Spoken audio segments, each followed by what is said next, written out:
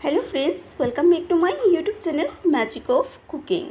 तो फ्रेंड्स, आज के चले एसेছি কই মাছের একটা রেসিপি নিয়ে। আর আজকে করব কই মাছ রান্না। তো দেখতেই পাচ্ছেন এখানে আমি নিয়ে নিয়েছি কই মাছ, আর এখানে আছে 3টে কই মাছ। আজকে 3টে কই মাছ রান্না করব। তো মাছগুলোকে আমি কেটে ভালো করে ধুয়ে নিয়েছি, আর মাছের গায়ে এইরকম একটু চিড়ে দিয়েছি যাতে মশলাগুলো খুব ভালো করে ভিতরে চলে যায়। তো দেখুন, এবার আমি মাছগুলোকে নুন আর হলুদ গুঁড়ো দিয়ে মেখে নেব। তো আজকে কই মাছের একটা পাতলা ঝোল করব, একদম ঘরোয়া একটা রান্না আজকে আমি আপনাদের সাথে শেয়ার করব। নুন হলুদ দিয়ে মাছটাকে মেখে রাখছি। আর এই রান্নাটা যে উপকরণ দিয়ে করছি সেটা হচ্ছে আলু। তো দেখুন, এখানে আমি একটা বড় সাইজের আলু লম্বালম্বি করে কেটে ভালো করে ধুয়ে নিয়েছি। আলু দিয়ে আজকে হবে কই মাছের পাতলা ঝোল। এবার মাছগুলোকে ভেজে নেব। মাছটা ভাজার জন্য গ্যাসে একটা কড়াই গরম করে এবারে দিয়ে দিচ্ছি সর্ষের তেল। সবার প্রথমে মাছগুলো ভেজে নেব। তো দেখুন, তেলটা খুব ভালো করে গরম হয়ে গেছে। কড়াইয়ের চারিপাশে তেলটাকে লাগিয়ে নিচ্ছি, যেহেতু প্রথমেই মাছটা ভাজা করব। এবার কই মাছগুলোকে ভেজে নিচ্ছি। গ্যাসের আঁচটাকে এবার মিডিয়াম আঁচে রেখে আমি মাছগুলোকে উল্টে পাল্টে ভেজে নেব। এক সাইডটা ভাজা হওয়ার পর তারপরে উল্টে দিচ্ছি। তো এক সাইডটা ভাজা হয়ে গেছে মাছের, এবার আমি মাছগুলোকে উল্টে দেব। উল্টে দুই সাইডটাকে লাল লাল করে ভেজে তারপরে নামিয়ে নেব। অপর সাইডটাকেও একটু ভেজে নিচ্ছি। তো দেখুন, মাছগুলো ভাজা হয়ে গেছে। আমি লাল লাল করে মাছগুলোকে ভেজে নিয়েছি। 3টে মাছ আমার ভাজা হয়ে গেছে। এবার তেল ঝরিয়ে মাছগুলোকে তুলে নেব। মাছ ভাজার তেলের মধ্যে বাকি রান্নাটা শুরু করছি। এবারে প্রথমে আলুগুলোকে ভেজে নেব। এখানে আমি মাছ বুঝে আলু নিয়েছি, আপনারাও মাছ বুঝে আলুটা বাড়িয়ে কমিয়ে নেবেন। নুন দিয়ে এবার আলুটাকে ভেজে নেব, সাথে সামান্য হলুদের গুঁড়ো দিয়ে দিচ্ছি। এবার নাড়াচাড়া করে আলুটাকে লাল লাল করে ভাজতে হবে। গ্যাসের আঁচটাকে এবার লোতে রেখেছি। লোতে রেখে আমি নাড়াচাড়া করে আলুটাকে ভেজে নেব।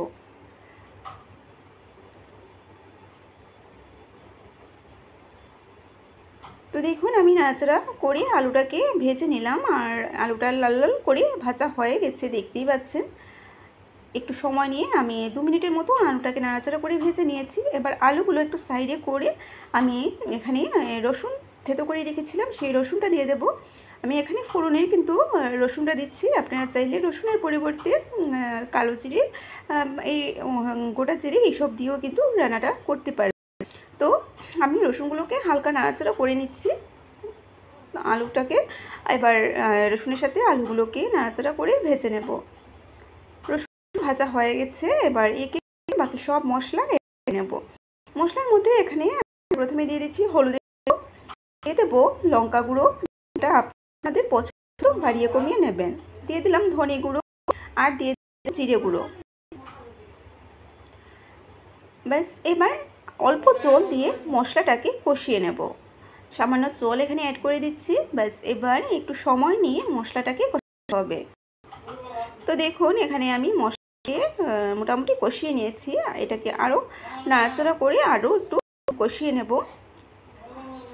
সাথে থাকুন আর শেষ পর্যন্ত দেখতে থাকুন। তো দেখুন, মশলাটা ফাইনালি কষা হয়ে গেছে। এখানে আমি গরম জলটা অ্যাড করে নেব।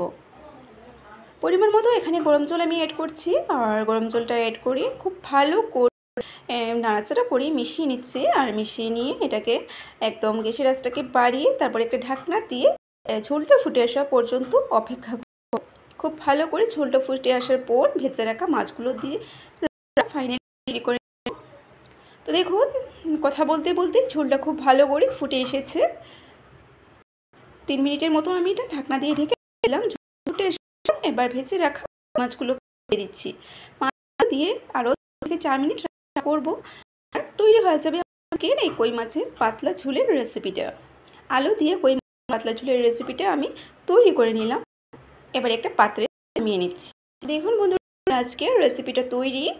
আলু কই মাছের হালকা পাতলা একটা ঝোল। কেমন হয়েছে আমাদের এই রেসিপিটা ভালো লাগলে করবেন, শেয়ার করবেন, আর সাবস্ক্রাইব করে পাশের বেল আইকনটিতে ক্লিক করবেন, যাতে আমার চ্যানেলে আপলোড করা ভিডিওগুলো সবার আগে আপনার কাছে পৌঁছে যেতে পারে। চলে আসবো আপনাদের সামনে এইরকম নতুন নতুন রেসিপির সাথে।